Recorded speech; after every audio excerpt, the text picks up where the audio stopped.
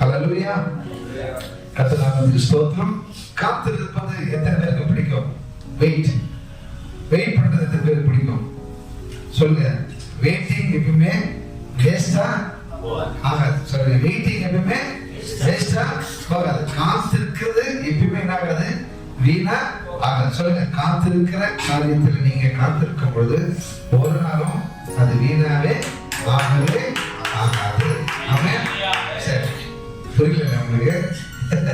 காத்திருக்கும் பொழுது அந்த காத்திருப்பு ஒரு நாளும் வேஸ்டா ஆகவே ஆகாது. பக்கத்துல சொல்லுங்க, இந்த 2025 வருஷத்துல 11 மாசத்தை நீங்க காத்துட்டீங்க. இந்த 12வது மாசத்துல கர்த்தர் நீங்க ஒரு நல்ல பதில ஆண்டவர் கொடுக்க போகிறாரு. இந்த காத்திருப்பு நம்மளை எங்க கொண்டு போகுதுன்றத 2026 வருஷத்துல கண்டிப்பா சொல்லுவாங்க. ஒரு மனுஷன் சொல்லி நீங்க காத்திருக்கும் பொழுது நமக்கு என்ன ஏற்படும் சொல்லியிருப்பாங்க? கோபம் வரும், ஏமாற்றம் வரும், வேற என்ன வரும்? சலிப்பு வரும், சோர்வு வரும், வேற என்ன வரும்? இவ்வளவுதான் தூக்கம் வரும். துக்கம் வரும். சாரி, துக்கம் வரும், தூக்கம் வரும் இல்லையா? பஸ் ஸ்டாப்ல காத்திருக்கும் போது, ரயில்வே ஸ்டேஷன்ல காத்திருக்கும் போது, பிளைட் ஏறும்போது காத்திருக்கும் போது, ரேஷன் கடையில காத்திருக்கும் போது, காலேஜ்ல காத்திருக்கும் பொழுது, ஸ்கூல்ல காத்திருக்கும் பொழுது, கேர்ள் ஃப்ரெண்டுக்காக காத்திருக்கும் போது, பாய் ஃப்ரெண்டுக்காக காத்திருக்கும் போது, அப்ப காத்திருக்கிறதுல ஆரம்பமே எப்படி இருக்கும்? சந்தோஷமா இருக்கும். ஆனா போக போக போக என்ன ஆகும்? எல்லாமே பிரச்சனை போயிடும். ஆனா கர்த்தருக்காக காத்திருக்கிற ஒரு காத்திருக்கிறது பாருங்க, அது வேற லெவல். கர்த்தருக்காக நான் காத்திருக்கிறேன் சொன்னா, கர்த்தருக்காக காத்திருக்கிற பிள்ளைங்களுக்கு என்ன ஏற்படுறது இன்னைக்கு கர்த்தர் என்ன பண்ண போறாரு சொல்லுங்க. என் கூட பேச போறாரு. ஏசாயா இருக்கோம் 40வது அதிகாரம். Isaiah chapter 40. Isaiah chapter 40. ஏசாயா 40வது அதிகாரம் 31வது வசனத்தை ஜெபத்தோடு தாகத்தோடு உண்மையோடு நீங்க ஜெபம்ங்க. கர்த்தர் கூட பேசுவார். கர்த்தருக்கு காத்திருக்கிறவர்களே புதுபலன் அடைந்து கழுதைகளை போல செட்டைகளை அடித்து எழுப்புவார்கள். அவர்கள் ஓடினாலும் இளைப்படையார்கள், நடந்தாலும் சோர்ந்து போகாதிருப்பார்கள். கர்த்தருக்கு காத்திருக்கிறவர்களோ புதுபலன் அடைந்து கழுதைகளை போல செட்டைகளை அடித்து எழுப்புவார்கள். அவர்கள் ஓடினாலும் இளைப்படையார்கள், நடந்தாலும் சோர்ந்து போகார்கள். சொல்லுங்க, கர்த்தருக்கு காத்திருக்கிறவர்களோ புதுபலன் அடைந்து கழுதைகளை போல செட்டைகளை அடித்து எழுப்புவார்கள். அவர்கள் ஓடினாலும் இளைப்படையார்கள், நடந்தாலும் சோர்ந்து போக மாட்டாங்க. ஹல்லேலூயா. கரங்களை தட்டி அன்பேறி கொடுத்த இந்த வாக்குத்தத்த வசனத்தை பார்ப்பதற்கு மட்டும் அது ஒரு நித்திய தரிசனமாக, நம்பிக்கையாக, விசுவாசமாக இந்த வார்த்தை நம்ம நம்புகிறோம், இந்த வார்த்தையை விசுவாசிக்கிறோம். இந்த வார்த்தைப்படி என் வாழ்க்கையில் ஆண்டவர் செய்வீர் என்ற எதிர்பார்ப்போடு ஒரு சமூகத்திலே காத்திருக்கிறோம். ஆமென். கர்த்தருடைய ஆசீர்வாதம். சரி, காத்திருப்பது என்ன நமக்கு கொண்டு வரும்?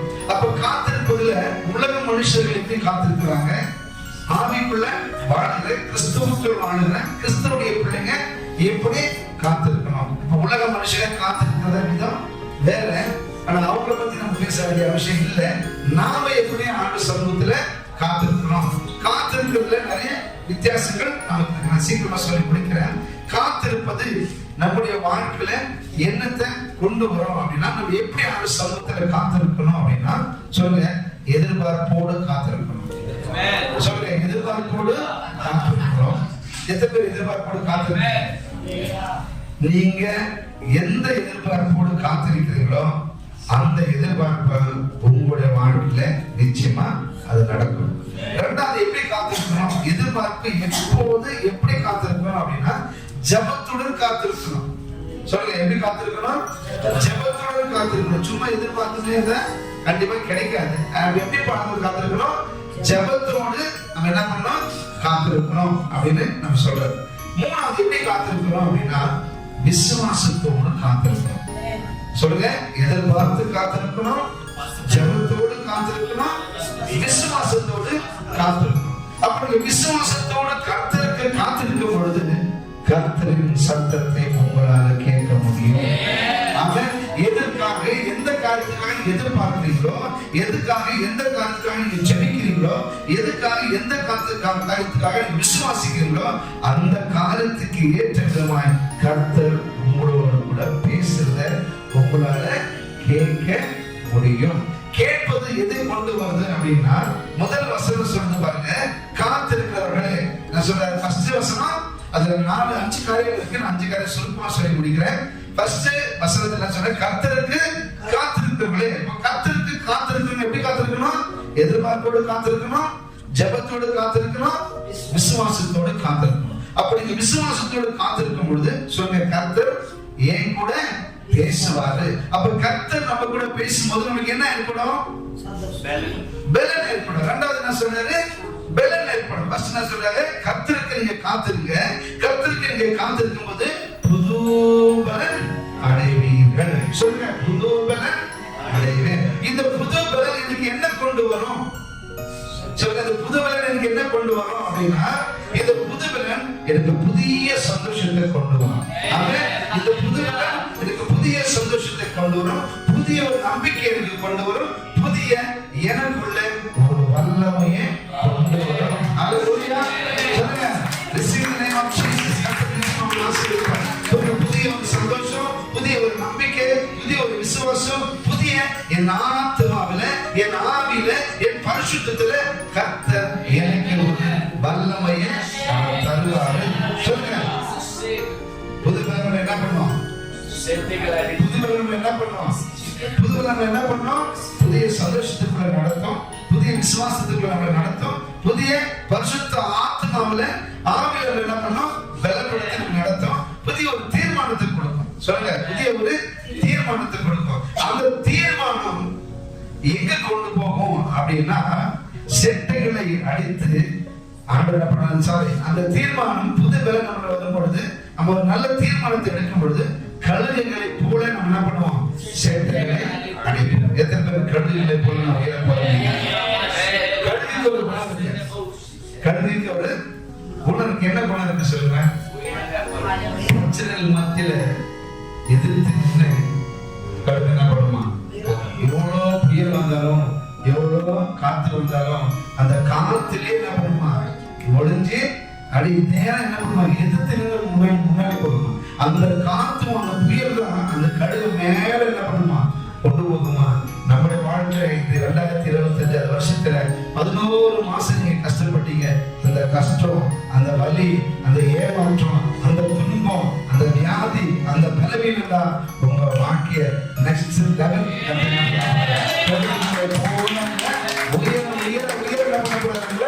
கொண்டு போகும். அப்ப கழுகு ஒரு புயல் வந்தா அது பயந்து ஓடாது. கழுகுக்கு ஒரு புயல் வந்தா அது பயந்து ஓடாது. அதற்கு எதிர்த்து நின்று அந்த புயலோடு கூட என்ன பண்ணுமா? வாழ்க்கையில முன்னேறி செல்ல அது முயற்சி செய்யும். அப்போ கர்த்தர் சொல்கிறார், புயல் உன்னை தாழ்த்துவதற்காக அல்ல, உன்னை உயர்த்துவதற்காக. புயல் உன்னை தாழ்த்துவதற்காக அல்ல, உன்னை உயர்த்துவதற்காக. சொல்லுங்க, கஷ்டம் வருது உங்களை கீழே தள்ளுறதுக்காக அல்ல. சொல்லுங்க, கஷ்டம் வருது உங்களை கீழே தள்ளுறதுக்காக அல்ல, ஏமாற்றம் வருது உங்களை கீழே தள்ளுறதுக்காக அல்ல, தோல்வி வருது உங்களை கீழே தள்ளுறதுக்காக அல்ல, உங்களை நெக்ஸ்ட் லெவலுக்கு